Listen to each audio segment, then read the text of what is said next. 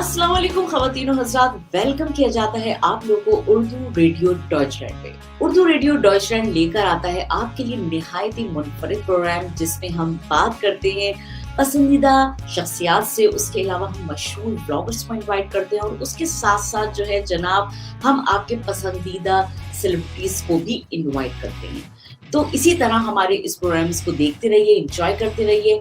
और जनाब, अगर आपने हमारे इसी तरह के लाइव प्रोग्राम्स देखने हैं तो आपने क्या करना है जनाब, आपने फेसबुक पे हमें लाइक करना है और उसके साथ साथ हमें आपने यूट्यूब पे जो है वो आपने सब्सक्राइब करना है।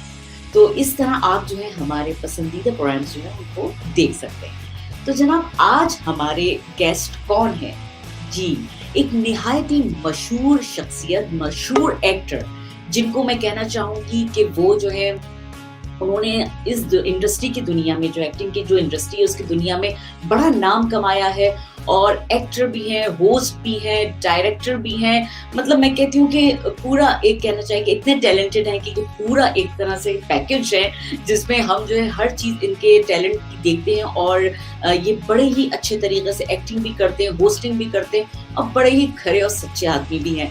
तो आइए जनाब, आज हम आपको मिलवाते हैं मशहूर शख्सियत से जिनका नाम है मानी। तो मैं इनवाइट करती हूँ अपने प्रोग्राम में मानी को। अस्सलाम वालेकुम। बिल्कुल खैरियत से। आप बिल्कुल अल्लाह का करम। आप सुनाएं, कैसे हैं? ठीक ठाक हैं? बिल्कुल ठीक ठाक, अल्लाह का शुक्र है। बहुत लंबा आपने मेरा इंट्रोडक्शन कर दिया, इतना ही लंबा मेरा करियर भी है। ऐसी कोई बात नहीं, आप बिल्कुल इसको डिजर्व करते हैं। और मैं तो कहूंगी कि आपने इतने मसरूफ टाइम में से हमें टाइम दिया। सबसे पहले तो आपका बहुत बहुत शुक्रिया कि आपने अपने इतने बिजी टाइम में से जो है हमारे लिए टाइम निकाला। सबसे पहले बहुत बहुत शुक्रिया आपका। मुझे उसकी एक वजह थी टाइम निकालने की। जर्मनी मेरा पसंदीदा मुल्क है, उसकी फुटबॉल टीम मेरी पसंदीदा टीम है। तो मैंने कहा चले जर्मन रेडियो के लिए जो है, जो उर्दू में इंटरव्यू होगा, जर्मन तो मुझे नहीं आती, तो मैंने कहा उसको देते हैं, जरा ट्राई करते हैं। थोड़े से आप जर्मन वर्ड भी मुझे सिखा दीजिएगा। ओह बिल्कुल बिल्कुल, जरूर सिखाएंगे, जरूर सिखाएंगे। सबसे पहले तो आप कह दीजिए यहाँ पर लोगों के welcome so Urdu radio Deutschland. Welcome Urdu radio Deutschland. बिल्कुल जबरदस्त। तो जनाब, इसी तरह जो है हम आपके इस तरह की चटपटी बातें हम करते रहेंगे और अपने इंटरव्यू का मैं बाकायदा आगाज करती हूँ। जनाब, सबसे पहले तो मैं मानी से ये पूछना चाहूंगी कि माशाल्लाह इतने टैलेंटेड हैं आप, और मतलब आपने हर उसमें फील्ड में जो है अपना टैलेंट में काम किया और बड़ा अच्छा किया। मैं ये नहीं कहूँगी कि कोई फील्ड जो है उसमें आपने सोचा हो कि जी मैं इस पे काम ये नहीं कर सकता। तो इतनी एनर्जी जो है वो कहाँ से आई? क्या बचपन से ऐसी एनर्जी थी, या बचपन में कैसा बचपन था मानी का? बचपन तो खेल कूद में निकल गया था। बचपन का एक दोस्त भी मेरा बैठा हुआ पीछे, हमने सिर्फ सही जिंदगी स्पोर्ट्स खेले। हमारी लाइफ जो थी वो वर्ल्ड कप से वर्ल्ड कप में निकल जाती थी। World cup football, world cup hockey, world cup cricket, बस यही सोचते रहते थे अब ये टूर्नामेंट आ रहा है, वो आ रहा है। रात को बैडमिंटन खेलते थे, शाम को हॉकी खेलता था, उसके बीच में जो रात होती थी उसमें फुटबॉल खेलता था, क्रिकेट खेलते थे। तो बचपन तो खेलते कूदते निकल गया। पढ़ने लिखने में मैं इतना अच्छा था नहीं, मुझे कभी समझ नहीं आया। बीकॉम मैंने किया, पूरा नहीं किया क्योंकि मुझे समझ नहीं आया मैंने क्यों किया, उसमें है क्या, उसमें बात क्या हो रही है। तो थोड़ा सा ये इशू था मेरा। लेकिन ये था कि मैं वैसे बड़ा स्पॉन्टेनियस था लाइफ में, बिल्कुल खेलने कूदने में बड़ा पैशनेट था, और थोड़ा सही जो बात थी दिल में वो मुंह में बोल देता था, इस तरह का मैं था। विटी और कॉमेडी मेरे अंदर थी नहीं थी, वो मुझे बाद में लेटर ऑन पता चली जब मैं उस पे आ गया। आपका टेलीविजन पे आने से 2 साल पहले मुझे अंदाजा हुआ कि मेरे अंदर विट भी है। तो फिर मैंने इस पे काम शुरू किया और फिर मैंने लिखना शुरू किया। लिखने के बाद फिर मैंने क्या नाम है, बिलाखिर एक पहला चैनल आया पाकिस्तान का, इंडस विजन। वहाँ से ये जितने भी स्टार्स आपके अभी के हैं मशहूर, जिसका भी नाम लेने, चाहे वो माहिरा खान हो, फवाद खान हो, सबका वो जो बेस था वो इंडस विजन था। वहाँ से फिर हमने स्टार्ट किया और फिर वहाँ से मैं मशहूर हो गया। ये एक मैंने आपको स्टोरी को थोड़ा शॉर्ट।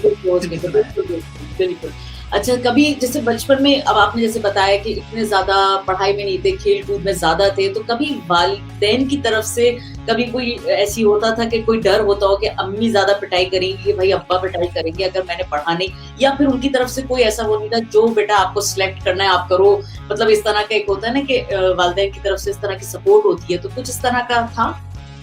नहीं, ऐसा कोई स्ट्रिक्टनेस भी नहीं थी। मतलब मेरे अब्बू ने कभी नहीं बोला, बस ये बोला यार जो कर रहे हो उसको जरा पास कर, तो आगे जाओ। कभी भी ये नहीं बोला कि ये ग्रेड लेके आने हैं, वो A1 पोजीशन लेके आनी है, ये ऐसा कोई प्रेशर नहीं था मुझ पे। ये था कि बस उनको भी थोड़ी परेशानी होती होगी, उनसे ज़्यादा अम्मी को होती थी कि आगे क्या करेगा, या बहन को होती थी। अब्बू को कभी ऐसा मैंने अब्बू ने कभी मुझे बोला नहीं कि तुम क्या करोगे। बस कभी-कभी रातों को मैं बाहर बैठता था, पूरी रात तो वो परेशान होते थे मैं करता क्या हूँ, लेकिन फिर वो कभी देख के नॉर्मल ही हो जाते थे, क्योंकि हम लड़के बैठ के बात करते थे। बिल्कुल ना मैं किसी ड्रग्स में था, ना मैंने कोई और चीज़ की आज तक। तो फिर वो ये हुआ कि क्लीन चिट थी। बस माँ बाप को ये होता है कि आगे क्या करेगा बच्चा, ये एक मुझे भी होता है, लेकिन मुझे भी ऐसा नहीं है। आप अगर उनको राइट और रॉन्ग की सही पहचान करा दें तो बच्चा निकल ही आता है। ये था कि कुछ हमारा घर जो था बड़ा नेचुरल सा है। मेरी सिस्टर हो गई, मेरे भाई हो गए, वो सारे फनकार हैं अपनी अपनी नौयत के, अपनी अपनी चीज़ों के। तो अब्बू को ऐसा जितनी एफर्ट करनी नहीं पड़ी, मुझे नहीं लगता अब्बू ने वैसे एफर्ट की हमारे लिए और काम किया, और हमें जो जो वो दे सकते थे उन्होंने दिया। लेकिन वैसे कभी उन्होंने मुझे बैठ के लेक्चर बहुत कम ही दिया है, बहुत कम ही दिया कि यार ये पढ़ लो वो पढ़ लो। बस ये कहते थे कि यार ये फेल नहीं होता, इसको बस पास करके आगे जाओ। तो ये था। और मैंने बीकॉम नहीं किया, वो अब्बू को मेरे रिग्रेट था आखिर तक। वो कहते कम से कम ये, वो कहते जो काम तुम कर रहे हो उसी में डिग्री ले लो, बीकॉम का तो समझ नहीं आ रहा है क्या। वो कहते जो अगर तुम टेलीविजन में कोई काम कर रहे हो तो उसकी भी डिग्री दोगी, वो ले लो। वो एक रिग्रेट था हमको। बाकी ऐसा कभी भी उन्होंने मुझे रोका टोका नहीं। अम्मी थोड़ी सख्त थी मेरी, लेकिन अब्बू ने कभी ऐसा मुझे तो हाँ मतलब कभी होता था घर लॉक कर देते थे। सुबह जब मैं 5 बजे आता था घर में तो मुझे लॉक मिलता था, तो बड़ा मस्ता होता। फिर मैं 8 बजे का इंतजार करता था, फिर मैं उसी सामने घर के सामने ही ले जाता था। ये होता था बहुत। बिल्कुल बिल्कुल। चलिए, और जब बहन भाइयों में किससे ज्यादा बॉन्डिंग थी? नहीं वो होता है ना कि एक बहन या भाई में से कोई ऐसा होता है जो बेस्ट फ्रेंड होता है। मेरा भाई शानी जो है वो मेरा क्लोज था ज्यादा। अच्छा। मुझसे छोटा है, तो उसके साथ ही मैंने सारी मस्तियाँ की हैं ज्यादातर। लेकिन ये है कि एक टाइम तक की हैं, फिर उसके भी अपने दोस्त आ गए तो उन्होंने स्टार्ट कर दी। लेकिन शानी के साथ हम क्रिकेट वगैरह खेलना और मजाक करना, जो 2 भाइयों में जो गैप जिनमें कम होता है वही उनकी हो सकती है, क्योंकि बाकी भाई तो मेरे से और छोटे थे, उमर और हसन जो है। तो ये शानी के साथ थोड़ा ज़्यादा था, आयशा के साथ भी थी, लेकिन शानी के साथ मेरा ये था कि हम हर मस्ती, हर मजाक, हर चीज़ वो हमें पता होते थे। बताओ। हाँ। अच्छा, उसके अलावा कोई ऐसी शरारत हुई हो बचपन में कि भाई उसके बाद जो है इतनी अच्छी खासी पिटाई भी हुई हो, या वो हमेशा याद रहे कि भाई ये स्कूल में मैंने शरारत करी थी, या घर में कोई ऐसी शरारत या कुछ ऐसी बच्चा कर लेता है ना शरारत की, उसको जिंदगी भर याद रहती है। तो कोई जिंदगी में कभी ऐसा कोई शरारत हो तो आप हमसे शेयर करें। वो सिंपल था। जब ग्रेड्स कम आते थे तो या टेस्ट अच्छा नहीं होता तो अब्बू के साइन सिग्नेचर मुझे आगे थे करने। वो अब्बू के लेकिन बड़े आर्टिस्टिक सिग्नेचर थे, वो पकड़ में भी आए थे, क्योंकि अब्बू के बड़े अलग तरह के थे। वो एस अलग बनाते थे, क्योंकि वो खुद एमसीए ग्रेजुएट थे। तो उन्होंने तो बड़ा अच्छा था, नेशनल कॉलेज ऑफ आर्ट्स से पढ़ा, उन्होंने गवर्नमेंट कॉलेज लाहौर से पढ़ा, तो वो तो बड़े ओल्ड रावियन थे। मेरा ये मसला था कि मैं फिर वो करता था और फिर पकड़ाई हो जाती थी स्कूल में जाके। अब्बू को खैर आज तक कभी उन्होंने बुलाया नहीं, लेकिन ये हुआ था एक दफ़ा कि मैं एक दफ़ा तो पता नहीं क्लास 8 में मैं फेल ही हो गया था 5-6 सब्जेक्ट्स में, और शानी भी फेल हो गया था एक उससे पहली क्लास में। तो हमने कहा था क्या करें, ऐसे क्या करें कि अब्बू को ये पेपर्स बताना चले। तो हमने उन पेपर्स को ट्रेन की पटरी के नीचे छुपा दिया था। मतलब ट्रेन की पटरी के नीचे, पता नहीं हम कितने बेवकूफ़ थे कि ना अब्बू ने वहाँ पहुँचना था, हम चाहते तो फाड़ के फेंक देते, लेकिन हमने वो खड्डा खोद के उसको दफना दिया था कि किसी को पता ना चले। तो ये वो मासूमियत थी जो हमने की थी। अभी सोचने तो हंसी आती है कि अगर वैसी फाड़ के फेंक देते, क्योंकि मेरा घर मेरे स्कूल से बहुत दूर था।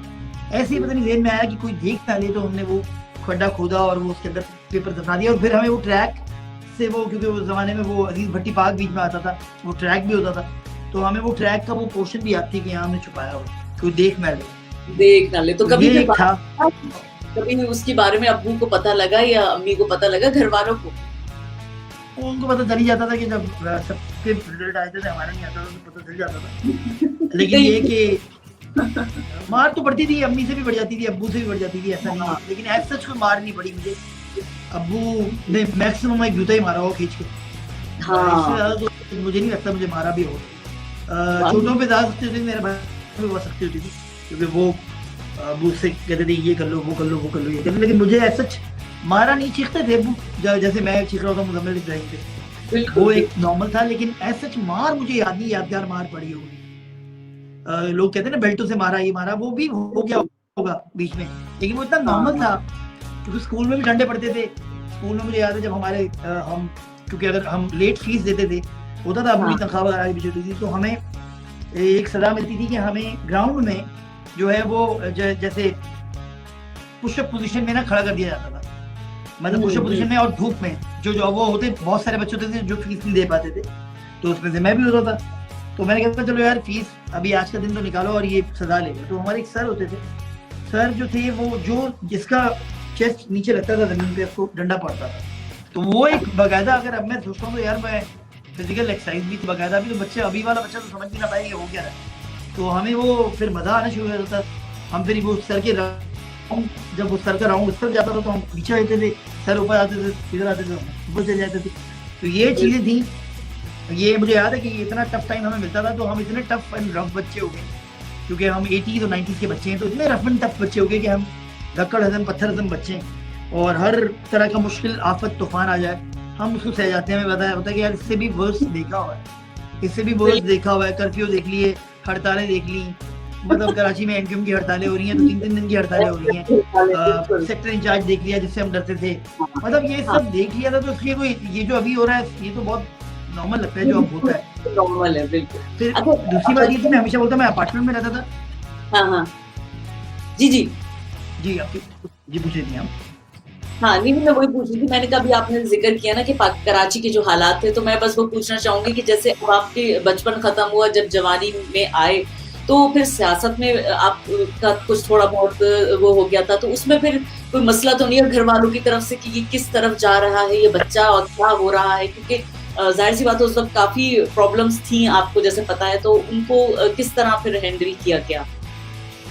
वो एक्चुअली मेरे अब्बू जो थे वो मुझे समझाते थे कि उन्होंने कहा था कि मेरा अपना 11 साल जो थे इस चक्कर में ज़ाया हो गए, क्योंकि मेरी सियासी एफिलिएशन थी एक पॉलिटिकल पार्टी से, मेरे 11 साल बर्बाद हो गए पूरे। और अब्बू उस वक्त टेलीविजन के टॉप एक्टर थे, उनके बड़े हिट ड्रामे थे खुदा की बस्ती, कॉफी हाउस, ये वो वगैरह 78-79, और फिर उन पे बैन लगा 11 साल का।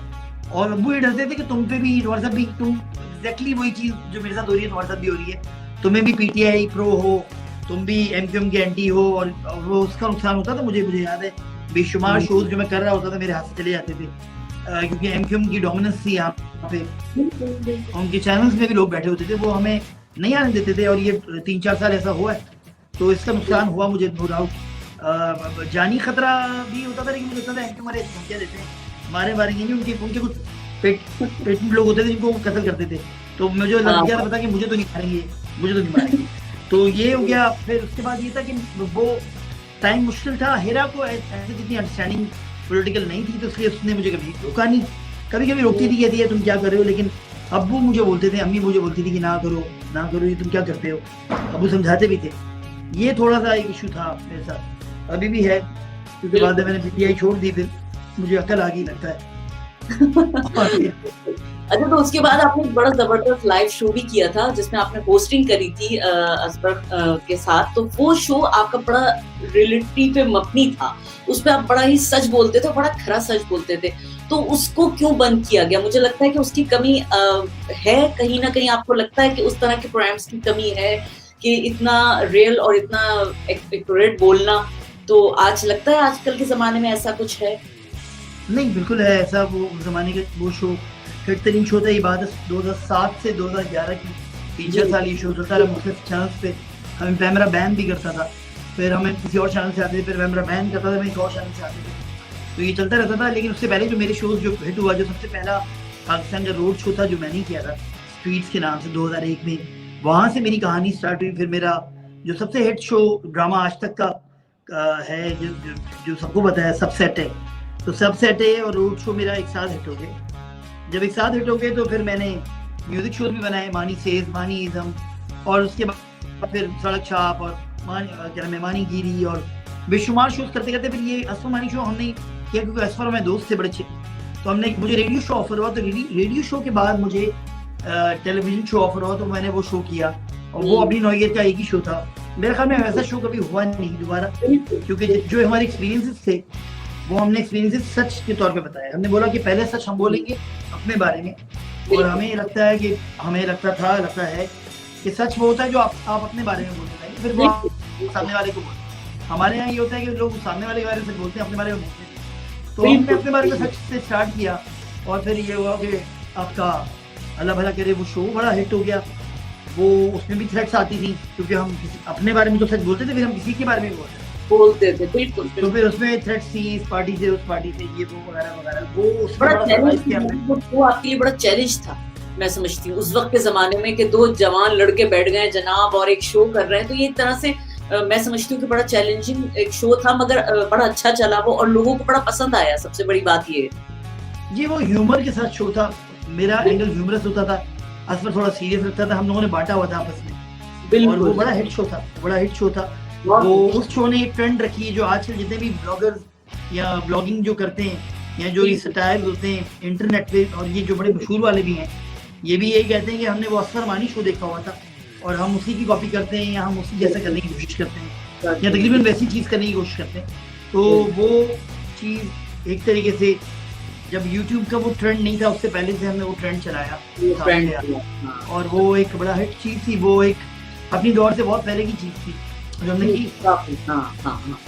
चलिए जी, अब वो शो मकबूल हो गया। अब उसके बाद जनाब शादी हुई, हेरा आपकी जिंदगी में आई, तो एक तरह से चेंज हो जाती है लाइफ। तो उस वक्त कभी इस चीज का एहसास नहीं हुआ कि बड़ा मतलब ये मामला जो है मैं छोड़ दूं और एकदम मतलब अपनी शादीशुदा लाइफ में जो है मैं इसमें इस तरफ आ जाऊं कुछ इस तरह, या फिर लगा आपको कि नहीं मैं इस तरह के शो करता रहूंगा लाइफ शोज और इस तरह के? नहीं, वो हुआ ना, फिर शादी के बाद फिर मैंने वो शो छोड़ दिया, असलमानी शो मैंने खत्म किया और फिर मैंने एक शो किया हम टीवी में स्टार्ट, हम दो हमारा शो, जो कि ज्यादा फैमिली ओरिएंटेड शो था, लेकिन मेरा स्टाइल था उसमें। और हेरा पहली दफा उसमें आई थी। बिल्कुल। हेरा से पहले ना कभी टीवी कर चुकी थी ना उसका कोई एक्सपीरियंस था।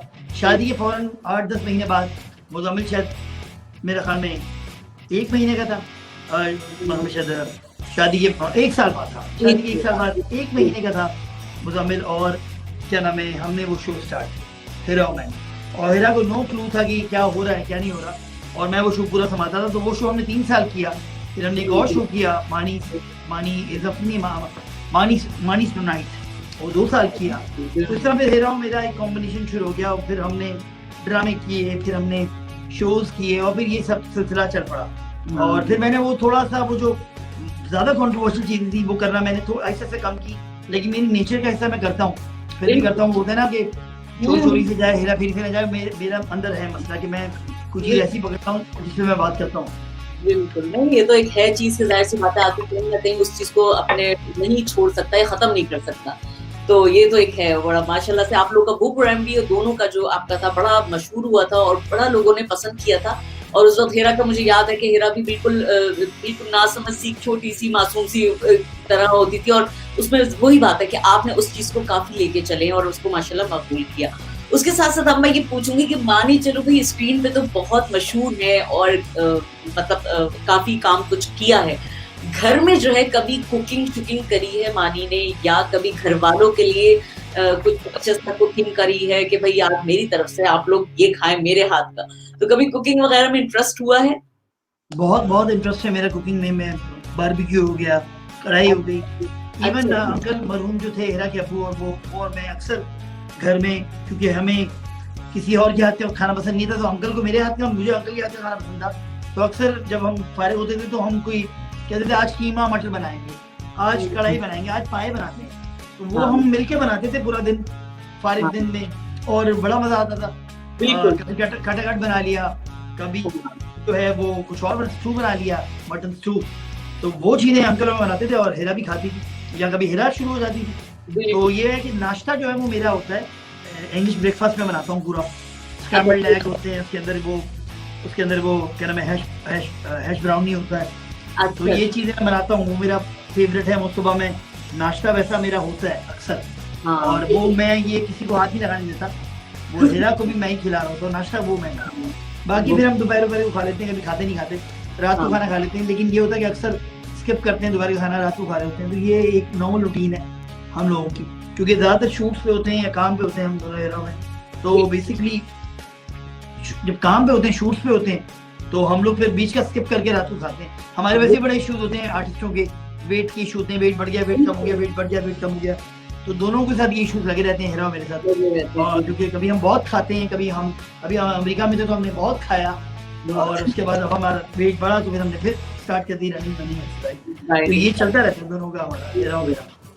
चलें, अब मैं थोड़ा-सा कुछ ड्रामों की तरफ आती हूँ। आप ज़ाहिर माशाल्लाह डायरेक्शन भी करते हैं और उसके साथ-साथ लिखते भी हैं। मैं पूछना चाहूँगी, मानिए कि आजकल के ड्रामे जो हैं, उनमें बड़ा एक तरफ रुझान जा रहा है खुदकुशियों पे। मैंने अभी तक जितने भी ड्रामे देखे हैं, उन पे आपको लगता होगा कि इस तरह के टॉपिक्स हैं कि उनमें जनाब खुदकुशियों की तरफ ज़्यादा अट्रैक्ट हो रही हैं ये चीज़ें। तो क्यों ऐसा है? आप क्या समझते हैं एज़ ए डायरेक्टर और एज़ ए राइटर, अगर आप लिखते भी हैं ज़ाहिर है और आपको आइडिया है कि किस तरह स्टोरी को लेके चला जाता है, तो इस तरफ रुझान क्यों करवाया जा रहा है? क्योंकि माशरे में ये रुझान है, लोगों को फाइनेंशियल क्राइसिस चल रहा है, माशी जो है वो कहते हैं इकोनॉमिक क्राइसिस अभी है हमारे मुल्क में, बेरोजगारी बहुत ज़्यादा है, लड़कियों की शादियाँ नहीं हो रही, ये बेशुमार मसले हैं। इसीलिए खुदकुशी का भी एक एंगल आता है, और जब लोग डिप्रेशन में होते हैं, एंजाइटी में होते हैं, जब उनको साइकोलॉजिकल इश्यूज होते हैं, तो वो इस तरफ भी जाते हैं। और हमारे मुल्क में तो वैसा नहीं होता जैसे यूरोप और अमेरिका में होता है। यूरोप अमेरिका में तो हर एक का एक लॉयर और एक साइकियाट्रिस्ट होता है, लेकिन हमारे मुल्क में ऐसा नहीं है अनफॉर्चुनेटली, जिसकी वजह से खुदकुशी तक नौबत जाती है, वरना उसकी दवाइयाँ हैं, उसको टेपर डाउन किया जाता है। तो यही चीज़ जो है फिर ड्रामों में भी आती है, ड्रामों में भी ये चीज़ दिखाई जाती है, रियलिटी दिखाई जाती है। और रियलिटी ये है कि ऐसा हो रहा है, बच्चों के साथ भी ज्यादती हो रही है, ऐसा हो रहा है। इसके अलावा लड़कियों की शादियां भी जहेज ना होने की वजह से नहीं होती, ऐसा हो रहा है। फिर लड़कों के ऊपर भी बहुत ज़्यादा प्रेशर है कि इतना कमाएंगे तो शादी होगी उनकी, ऐसा हो रहा है। यहाँ पे बिजली गैस पानी नहीं होती कराची में या पाकिस्तान में, ऐसा हो रहा है। तो ड्रामों में वही चीज़ दिखाई जाती है, कभी कभी बहुत क्लीशे कर देते हैं ड्रामे को, ये थोड़ा गलत होता है। बहुत नए टॉपिक्स और भी हैं, नई चीज़ें और भी हैं, वो नहीं आती, और यही टिपिकल चीज़ें आई जाती हैं। लेकिन पता नहीं ये मंजन है जो बिक जाता है आराम से, और ये प्रोड्यूसर डायरेक्टर्स और ड्रामे बनाने वाले ये बेचते हैं, तो जो कि अनफॉर्चुनेट भी है, लेकिन उनको वो जस्टिफाई एक्स्ट्रा करते हैं कि ऐसा तो हो रहा है, ऐसा ही हो रहा है ना। अब हम यूरोप की तरह, हम जर्मनी की तरह, यूरोप का नंबर 1 मुल्क तो नहीं है ना, जर्मनी है, जर्मनी में जो है वहाँ पे तफरीह के दराए भी हैं, यहाँ तो कोई एक अम्यूजमेंट पार्क नहीं है एक प्रॉपर तरीके का। इतना बड़ा शहर जिसमें हम रहते हैं कराची में, इतना दूर जाके बहरिया टाउन में एक पार्क आता है। तो ये जब चीज़ें नहीं होती, ये डिस्क्रिमिनेशन होती है, तो फिर लोग दो तरीके से रिएक्ट करते हैं, या तो फिर वो खिलाफ हो जाते हैं, तहरीकें चलाते हैं, या फिर वो खुदकुशी कर लेते हैं बेचारे डिप्रेशन में आके। तो डिप्रेशन एक बहुत बड़ा मसला है जिसको कोई एड्रेस नहीं किया जा रहा। लोग पागल हो जाते हैं, लोगों की दिमागी हालत वैसी रहती नहीं है, वो कुछ और सोच रहे होते हैं।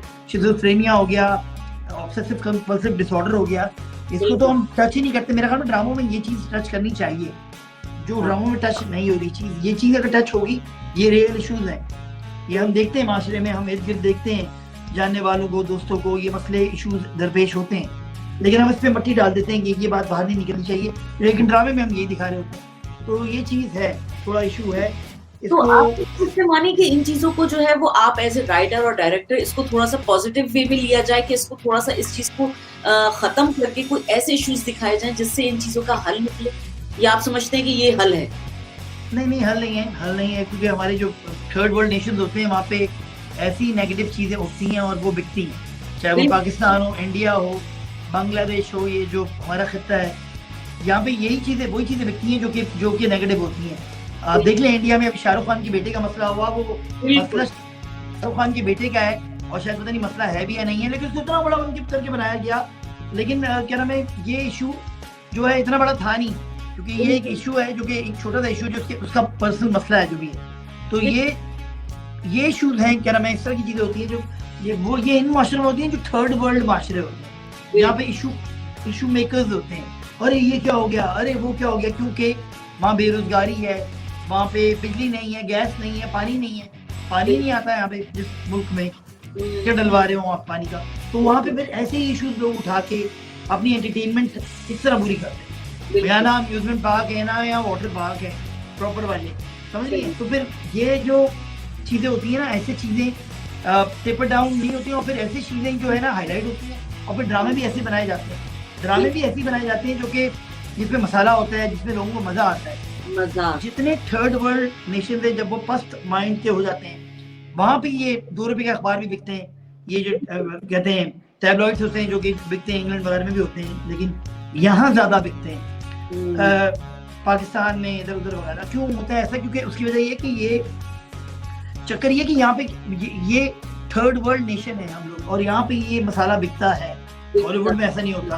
हाँ। ये आपका आगे चले जाएं और जो इंडस्ट्रीज बड़ी है यूरोपियन, ऐसा नहीं होता, लेकिन यहाँ ऐसा होता है। बिल्कुल। तो मानी, आप क्या समझते हैं, हम हकीकत पे अपनी जो स्टोरीज हैं उनको क्यों नहीं फॉलो करते अपने ड्रामों में या फिल्मों में? आप माशाल्लाह फिल्म भी बना रहे हैं, माशाल्लाह आपकी 4 फिल्में हैं अभी पेंडिंग में।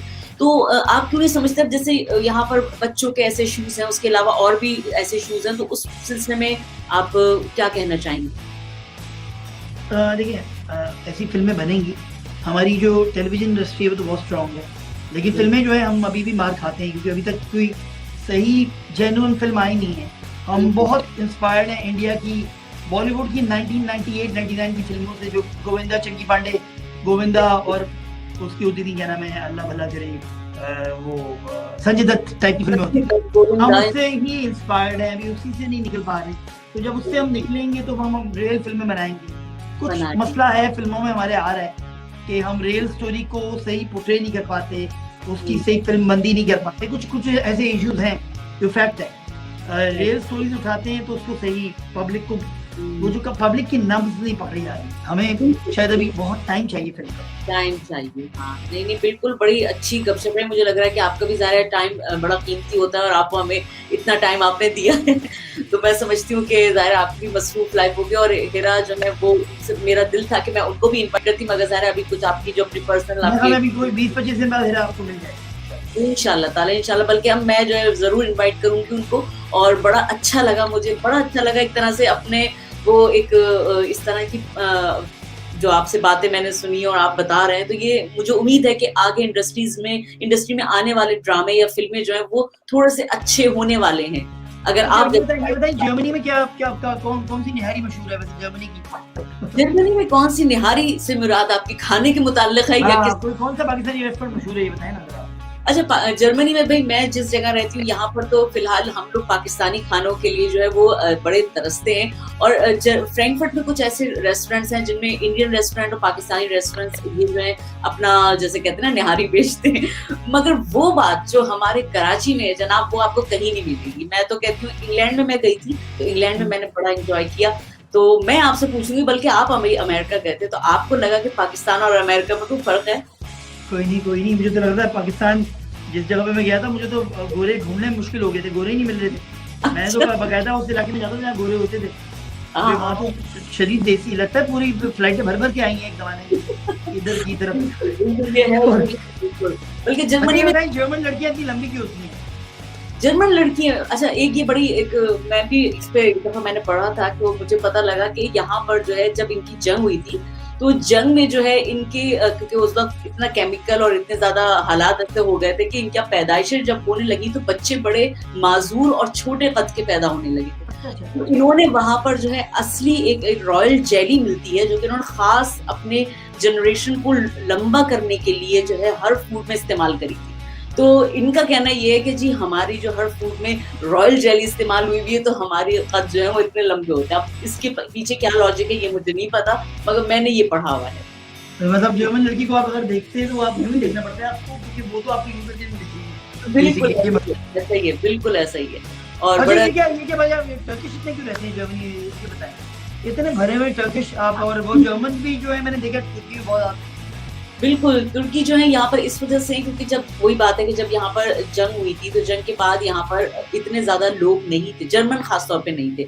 तो जो मुझे मालूमात है मैं वो आपको फराहम कर रही हूँ, हो सकता है यहाँ पर और भी लोग और ज्यादा मालूमात इंटरव्यू हो रहा है। बिल्कुल, अपना बताने लगी कि वो फिर इन्होंने खास तौर पे तुर्किश लोगों को इन्वाइट किया था अपने यहाँ काम करने के लिए। तो इनकी बड़ी कहती हूँ 2 से 3 जनरेशंस आ चुकी हैं यहाँ पर माशाल्लाह। ये लोग बिल्कुल सेट, जैसे हमारे यहाँ कहते हैं ना कि अमेरिका और यूके में पाकिस्तानी सेटल्ड हैं, इसी तरह यहाँ पर ये लोग जो है बड़े वेल सेट हैं और मतलब काफी अरसे से ये लोग यहाँ पर रहते हैं तुर्की। तो बड़ी अच्छी यहाँ पर वो है। मुझे पता है ना, इनकी दो सबसे बड़े टर्किश जर्मन स्टार हैं, वो एक तो मैसूद ओजिल है और एक जो है वो गुंदोगान है। गुंदोगान जो है अभी खेल रहा है जर्मन टीम से खेलता है वो, और वो टर्किश है बेसिकली, वो उसकी अम्मा पर टर्किश है।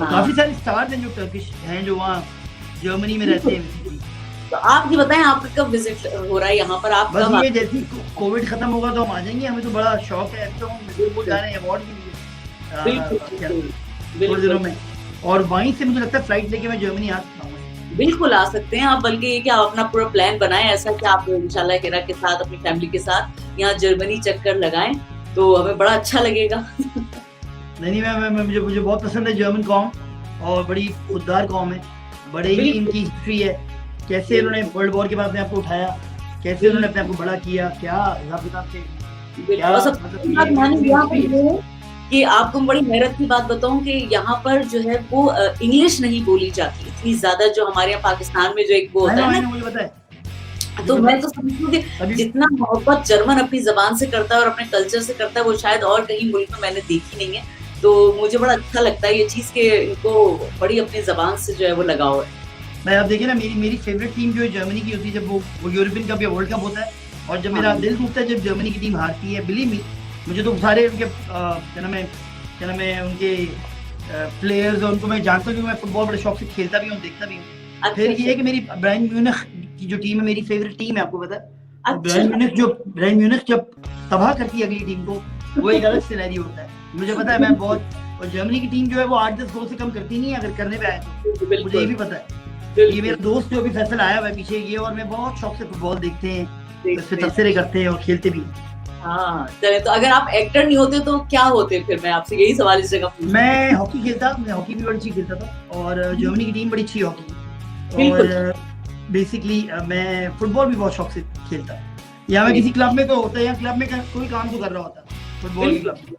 बिल्कुल मानी, बहुत अच्छा लगा आपसे बात करके, बहुत आपने टाइम दिया हमें, और बड़ी अच्छी गपशप रही हमारी, और मुझे ये है कि आपने इतना अपने कीमती टाइम में से हमारे लिए टाइम निकाला। तो इंशाल्लाह ताला मैं उम्मीद करती हूँ कि अब नेक्स्ट प्रोग्राम में आपको और हिरा को दोनों को इनवाइट करूंगी, और आप लोगों ने आना जरूर है मेरे प्रोग्राम पे। बहुत शुक्रिया आपका, बहुत शुक्रिया। जितने भी फैंस हमें देखेंगे, जो भी पूरे यूरोप में रहते हैं, पूरे पाकिस्तान में रहते हैं, दुनिया में रहते हैं, तो ये इंटरव्यू खाली जर्मनी में नहीं जाएगा, पूरी दुनिया में जाएगा। तो बहुत शुक्रिया, बहुत प्यार करते हैं लोग हमसे, मुझसे, हिरा से बहुत प्यार करते हैं, और प्यार का इजहार जब होता है जब हम पाकिस्तान से बाहर जाते हैं, तो हमें वो मोहब्बत जो मिलती है वो हमें बहुत पसंद आती है, और हम बहुत दिल से प्यार करते हैं फैंस इन रिटर्न। बहुत शुक्रिया आपका मैसेज जो है, जाहिर सी बात है सब लोग आपके फैन जो है वो सुनेंगे, और इंशाल्लाह ताला फिर मैं उम्मीद करती हूँ कि नेक्स्ट प्रोग्राम में आप दोनों को हम देखेंगे इंशाल्लाह। थैंक यू, बहुत शुक्रिया आपके टाइम देने का। जी नाज़रीन और हाज़रीन, मुझे उम्मीद है कि आप लोगों को ये प्रोग्राम जो है पसंद आया होगा। जनाब, आपने जो है YouTube पे हमारे चैनल को सब्सक्राइब करना है। तो इसी दुआ के साथ कि इंशाअल्लाह ताला जिंदगी रही तो नेक्स्ट प्रोग्राम में फिर हाजिर हो जाऊंगी। जब तक के लिए अपनी होस्ट मोना को इजाजत दीजिए। आपने अपना बहुत सारा ख्याल रखना है। इंशाअल्लाह मिलते हैं नेक्स्ट प्रोग्राम में। अल्लाह हाफिज।